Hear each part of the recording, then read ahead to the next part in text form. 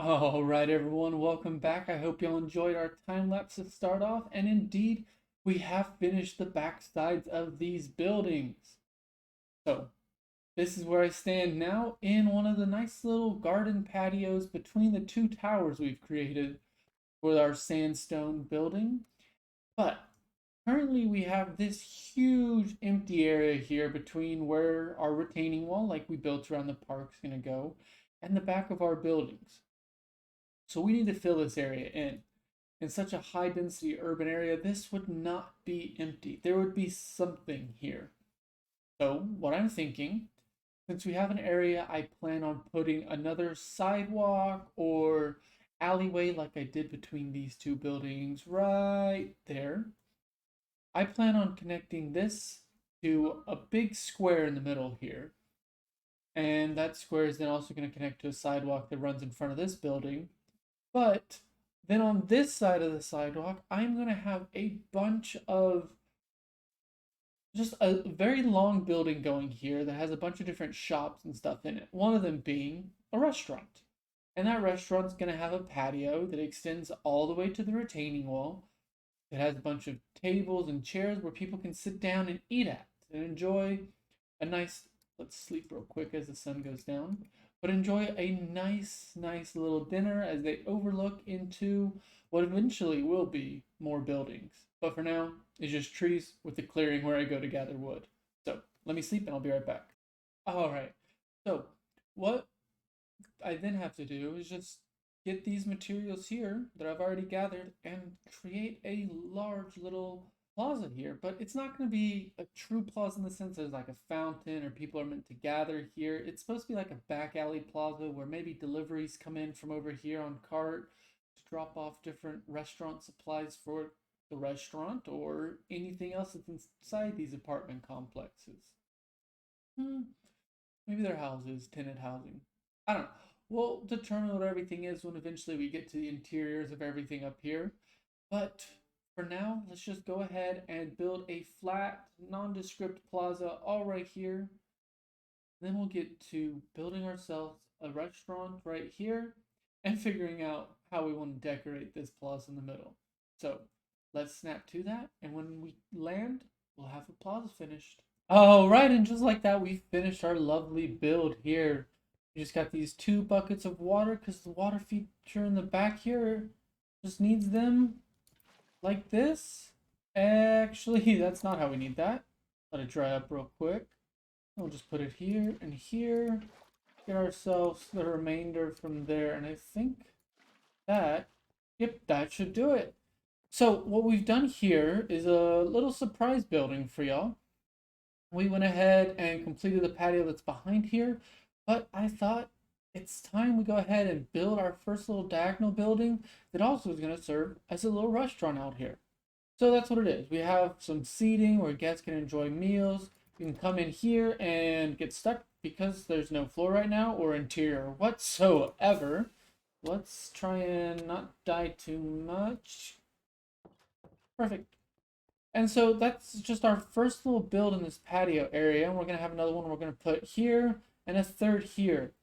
And this point right here is where I'm thinking that big little stand I was talking about earlier is going to connect to. So we're going to put it probably right around this area I'm circling with my mouse, build it up nice and tall, and then have a diagonal bridge that connects to here.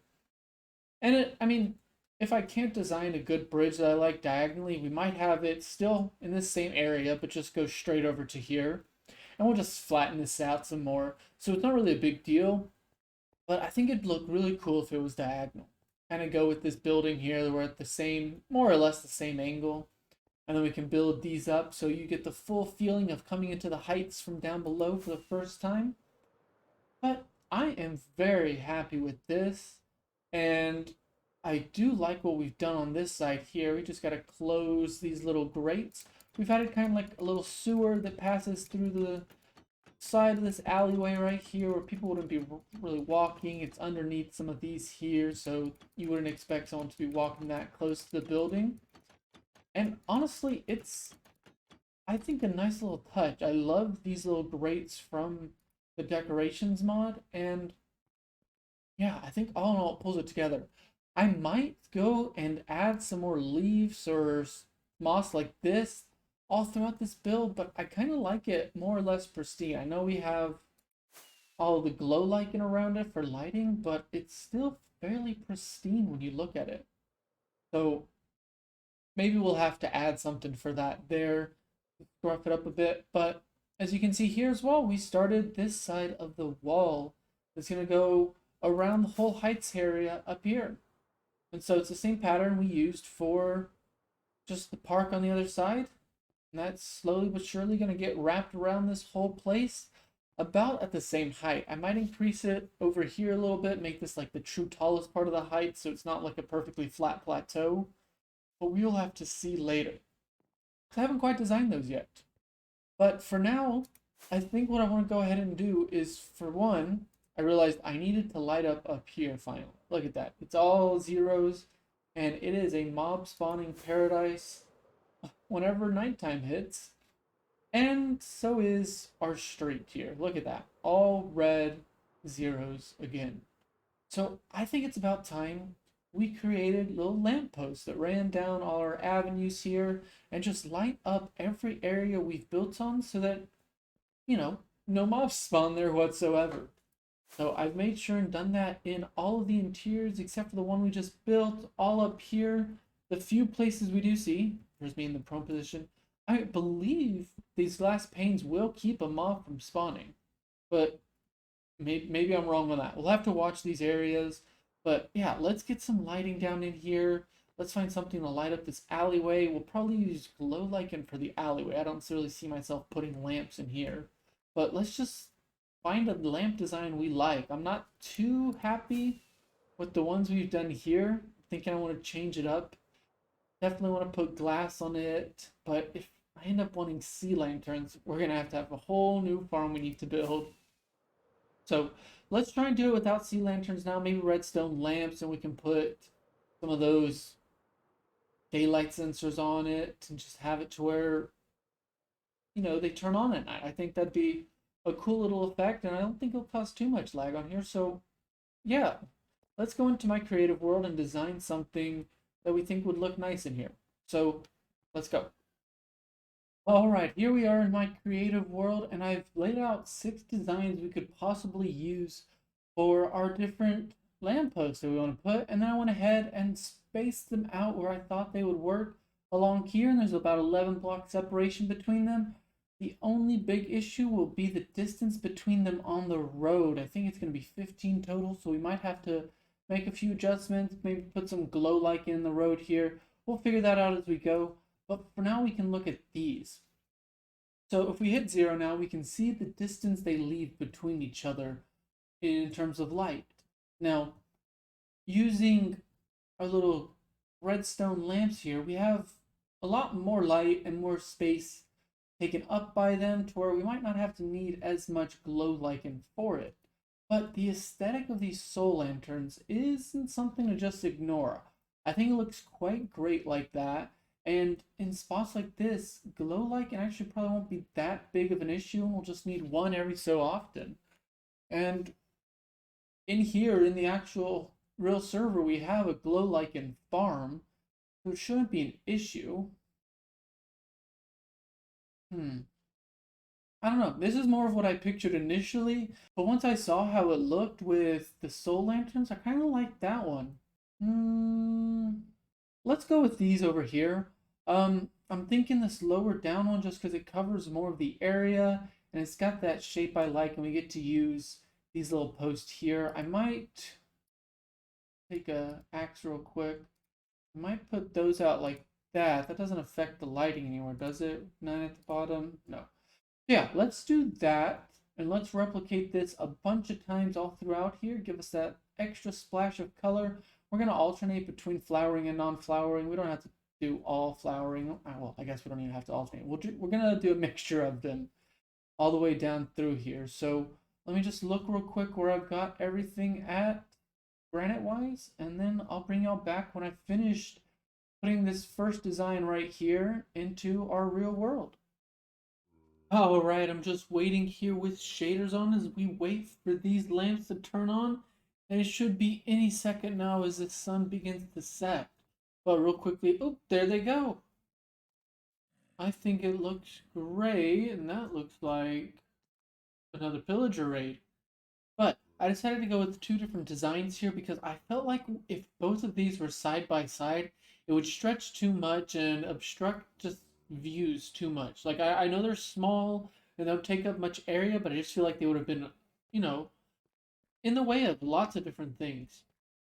So yeah, we got the two different designs, and we got a little bit of glow lichen here in the middle, and I think other than this area over here, which I have no more glow lichen on me, but other than this area right here, we've gotten this whole place all lit up and looking fantastic as night sets on the area. And yeah, I think the warm light's the right way to go here. We'd put sea lanterns, would have gotten a much cooler light, and I don't know. This gives me more of gases being pumped here, through here to create flame vibe than anything else, and that's mostly what was used in Victorian societies, was just a little natural gas to power street lamps that had flames in them. But I think it looks good. We got it going through every street we've completed so far, and now we just gotta do some things to prepare for the next one. So let's get out of this, and we'll take. Damn, I was off. It's just super bright. Because, yeah, good. I think this is looking great. Now what I want to do is just on the other side of these buildings. And well, that's going to be right here at the edge of the cliff. Oh, it's definitely not the creeper that we just stumbled upon there. But what I want to do is just clear out this area and get it ready for what we're going to do next. Let's back up so this creeper doesn't explode on us.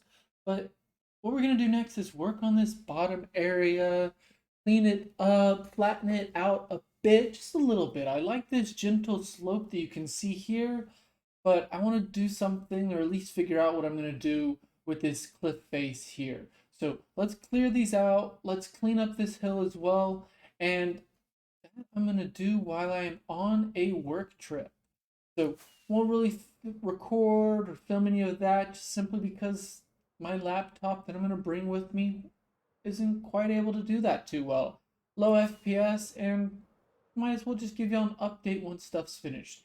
So let's clear this out, flatten it a bit, clear this out, and then decide what we're going to do in areas like this on the cliff. So hopefully a week is enough time to do all that.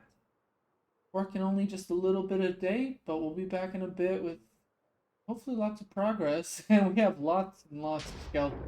We have more skeleton horses. Okay. Hopefully that wasn't too loud for y'all. But let's get to doing stuff like this right here, and we'll be back. You know, I just realized that those guys spawning down there, the little skeleton horses, there wasn't a cloud in the sky. I have no honest clue where that lightning comes from. It scared me a little bit. But yeah, let's clear this forest out, fortify our hills. We'll be back. Oh, right. In a week of just an hour or two every night, cutting down all the trees and flattening the land here. You can see the harsh cutoff we made where we stopped. But this whole area's topography and biome, there's no more trees, no more hills, all flat. And yeah, actually, what stopped me from getting more progress done was a lack of dirt. I ran out of dirt for this project, and I will tell you, I had tons. I don't know what made me decide this, but for some reason, I felt the need to fill in everything and not just make a single top layer. Maybe that was a little ridiculous. We go into free cam here, we'll see this whole flat area is where we'll look at, but for the most part, all filled in. And all that bankrupted me of dirt. But I am still very happy with the progress we made. I still think that's a great step forward. And I just want to show y'all real quick as we get to the other sides of that sugarcane. These three chests were filled with dirt, and this smaller chest was filled to here with shulker boxes of dirt, and we still ran out. It's amazing how fast 64 can go, and then before you know it, it's a whole shulker box. But that is all for this week. I hope y'all enjoyed it. I hope you're inspired as well. Keep building, keep doing what you love, and enjoy Minecraft. Talk to y'all later, everyone. Bye bye.